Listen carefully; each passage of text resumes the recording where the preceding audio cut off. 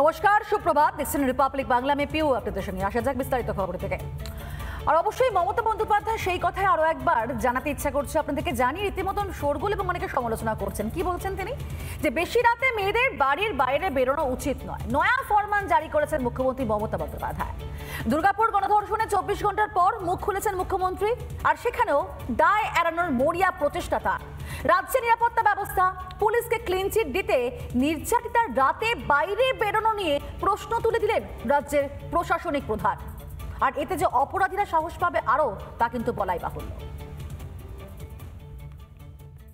And especially the girl child at night time,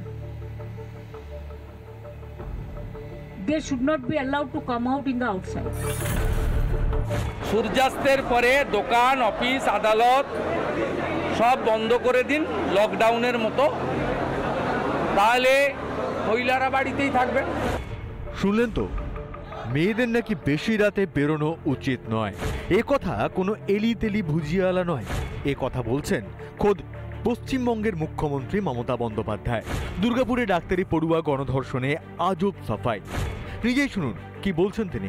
And especially the girl child at night time, they should not be allowed to come out in the outside. আর তারপরে বিভিন্ন রাজ্যের ছেলেমেয়েরা যেখানে পড়তে আসে, এবং তাদেরও আমি অনুরোধ করব রাত্রিবেলা না বেরোতে। কারণ পুলিশ তো জানতে পারে না কে কখন রাত্রিবেলা বেরিয়ে যাচ্ছে। পুলিশ তো আর বাড়িতে বাড়িতে গিয়ে বসে থাকবে না। সত্যি তো মাননীয়া, আপনার পুলিশের কি বা করার আছে? অভিযোগ পেলে থানার দায় ঠেলতে পারে। রাতে গণধর্ষণ হলে পরদিন সকালে পুলিশ ঘটনাস্থলে পৌঁছাতে পারে। ঘটনার 24 ঘন্টা পর এলাকা কর্ডন করতে পারে। এর বাইরে আর কি বা করার আছে পুলিশের? বিজন থানার পুলিশ এসেছিলেন এবং ঘটনাস্থলে গিয়ে ওনারা ডিক্লেয়ার করে দেন যে এই জায়গাটা আমাদের নয়। বারবার বলা সত্ত্বেও কোনো কমপ্লেন নেই। যে 5:30 থেকে 6টার সময় NTS থানা থেকে এসে একটা দায়সারাভাবে একটা বয়ান লিখে নিয়েছে। পরে অবশ্য ড্যামেজ কন্ট্রোলের চেষ্টা করেছেন মুখ্যমন্ত্রী। আমি কিছু বলেছি, আমার কথা ডিস্টর্ব করা হয়েছে। প্লিজ আপনাদের একটা রিকোয়েস্ট করবো, আমাকে আপনারা কোয়েশ্চেন করবেন আর তারপরে ডিস্টর্ব করবেন। আমি ভাত খাই সেটা না বলে আমি ভাত বলে দিচ্ছেন। এইসব রাজনীতি আমার সাথে করার চেষ্টা করবেন না। বারবার দোষীদের আড়াল করতে, রাজ্য প্রশাসনের গাফিলতি ঢাকতে নির্যাতিতাদের কাঠগড়ায় তুলেছেন মুখ্যমন্ত্রী।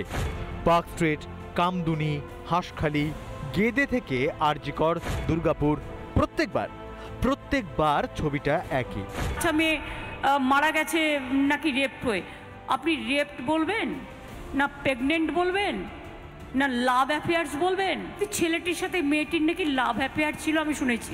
রাত্রি সাথী করেছি, যেখানে পরিষ্কার বলা হয়েছে যে মহিলারা যত কম সম্ভব 12 ঘন্টা ডিউটি করবে। যদি এমার্জেন্সি থাকে তার ডিউটি ডাক্তার বাড়াবে। আমরা এই কারণে করেছি মেয়েদের সুরক্ষার জন্য। মেয়েরা কেন রাতে বেরাবে না? তাহলে আপনার প্রশাসন কি করছে? আপনি একজন পুলিশ মন্ত্রী হয়ে আপনি কি করছেন? আপনি কেন মহিলাদের নিরাপত্তা দিতে পারছেন না? তো এই ক্ষেত্রে মহিলা মুখ্যমন্ত্রী ব্যর্থ, নিজের মুখ বাঁচানোর জন্য এই ধরনের মন্তব্য করেই থাকেন। কামদুনি থেকে অবয়া হয়ে IQ City private medical college পর্যন্ত তিনি আজকে কনক্লুশন টেনে দিলেন যে আমি মহিলাদেরকে রাত্রিবেলা সুরক্ষা দিতে পারবো না। আমার নির্দেশ হচ্ছে রাত্রে মহিলারা যেন না বেরোয়। সূর্যাস্তের পরে দোকান, অফিস, আদালত সব বন্ধ করে দিন লকডাউনের মতো, তাহলে মহিলারা বাড়িতেই থাকবে। এ রাজ্যে পুলিশ নাকে তেল দিয়ে ঘুমোবে, পুলিশ মন্ত্রী পুজো উদ্বোধন করবেন, তারকাদের সঙ্গে উৎসবে মাতবেন, আর ধর্ষণ হলে দায় চাপবে নির্যাতিতার ওপর। প্রশ্ন উঠবে, কেন তিনি রাত বিরেতে বাইরে ছিলেন? আতশ কাছের নিচে আসবে নির্যাতিতার চরিত্র। আর কতদিন এইভাবে দায় এড়াবেন ম্যাডাম? রিপাবলিক বাংলা। নানা ধরনের কন্টেন্ট দেখার জন্য লাইক করুন, শেয়ার করুন আমাদের ফেসবুক পেজ, সাবস্ক্রাইব করুন আমাদের ইউটিউব চ্যানেল। পাশাপাশি অন্যান্য ব্রেকিং নিউজের জন্য অবশ্যই চোখ রাখুন রিপাবলিক বাংলায়।